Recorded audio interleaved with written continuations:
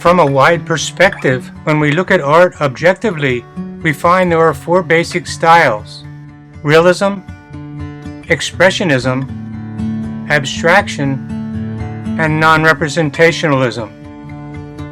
This is a wide generalization about the four basic approaches to art. Almost all paintings can be seen to be one of these categories. Realism is essentially an approach that reproduces images from the outside world, from the world outside our skin. Essentially, it paints objects in an atmosphere. Expressionism is when we start to deviate from or distort outside images. This is done for the sake of some emotional context. Abstraction is when we take that distortion one step further. It's still representational form, but that representational form becomes a bit less easy to recognize. Non-representational is when the forms are completely invented from the artist's imagination. This type of painting doesn't rely on outside world images.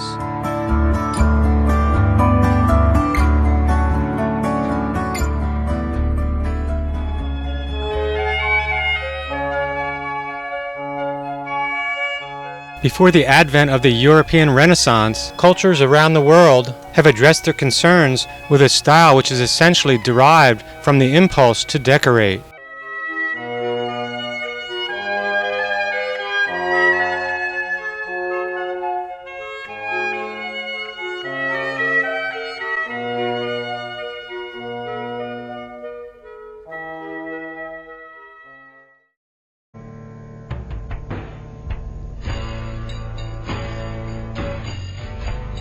The tangible genesis of abstraction began in Europe in the early 1900s. It was begun by four extraordinary artists: Hilma af Klint, Pablo Picasso, Henri Matisse, and Wassily Kandinsky.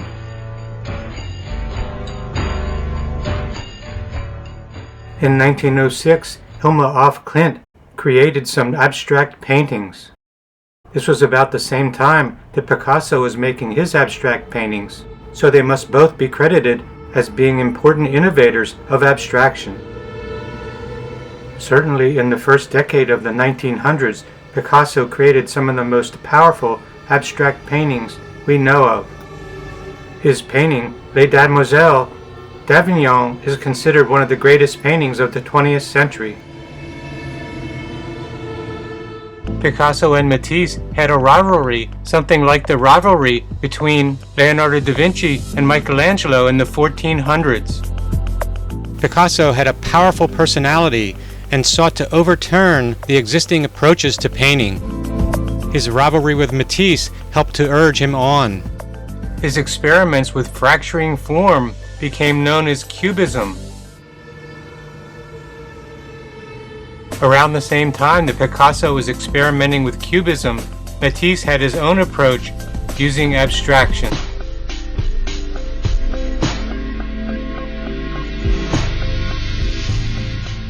Another member of these early innovators was Wassily Kandinsky. He was a Russian artist living in Munich. Kandinsky's experiments with abstraction are considered groundbreaking and eventually led to him sharing the spotlight with af Klint as the makers of the first non-representational paintings.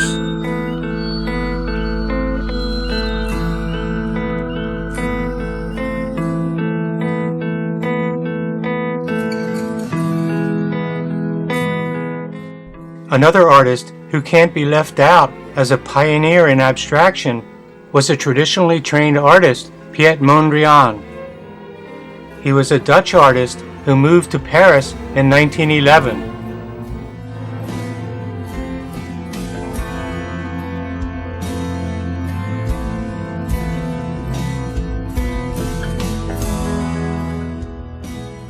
It would be fair to say that through the pioneering efforts of these artists, abstraction was born. These artists' innovation with abstraction led eventually to all of the 20th century, for the most part, being dedicated to abstraction. This era is known as Modernism. Modernism was a dream come true and gave artists a freedom to express themselves in a multitude of ways.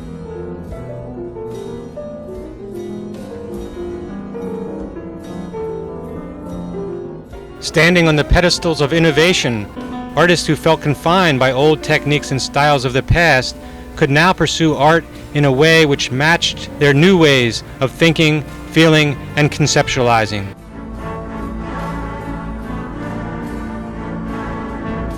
The 20th century had a new kind of art. And for the most part, during the rest of the 20th century, in many different ways and styles, artists explored flatness and abstraction, the two new ways of making art. If we look at abstraction on the technical and mechanical level, leaving out any emotional or conceptual impetus, we could say that abstraction is essentially the distortion of form. Generally speaking, the two kinds of things that can be abstracted are representational forms and things such as geometric forms, numbers, letters, and things brought forth from the mind that have shape. Of course, this is usually done for emotional or conceptual reasons, but at its core, abstraction is the distortion of form. If we look at this painting by Edward Hopper and extract the basic forms of the painting, we can see a series of shapes. A first step to minor abstraction of these forms might be something like this. If we distort those forms further, we get further into abstraction. Taking it another step, it might look like this. The shapes have been changed, but they're still in essentially the same proportions and place they were relative to the original composition. If we get more radical with our interpretation of the forms, it could evolve into something like this. The original painting and the abstracted forms.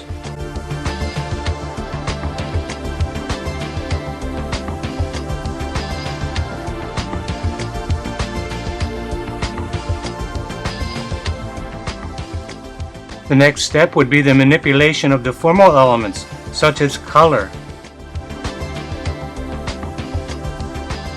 If we have some kind of concept or approach we're using to abstract, we might make the forms into circles or ovals or triangles. This is a very simplified explanation of the process of abstraction.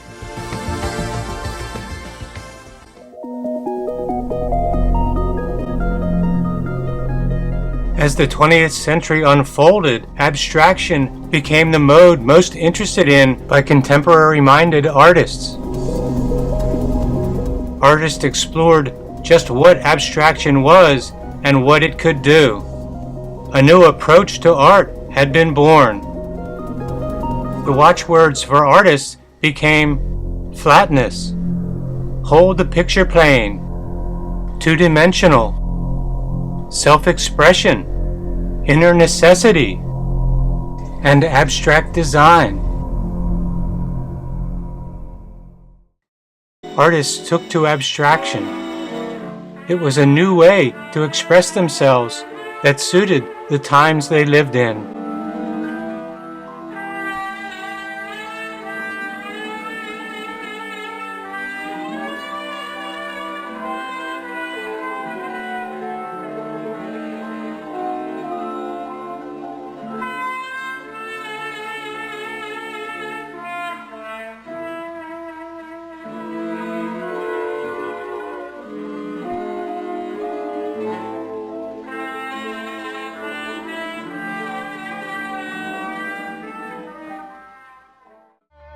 One of the artists who has emerged as one of the preeminent artists of modernism was Georgia O'Keeffe.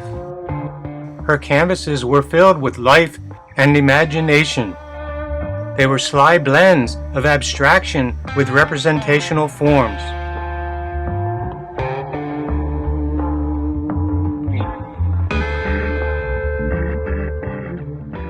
In the 50s, Helen Frankenthaler emerged as an important artist. She worked in both the abstract and non-representational modes.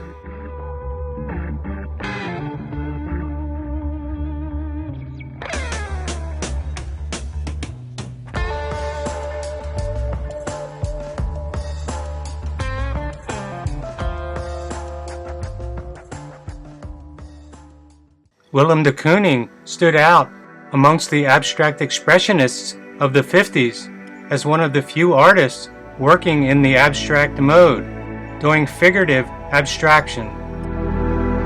His abstract paintings of women are benchmarks of 20th century abstraction.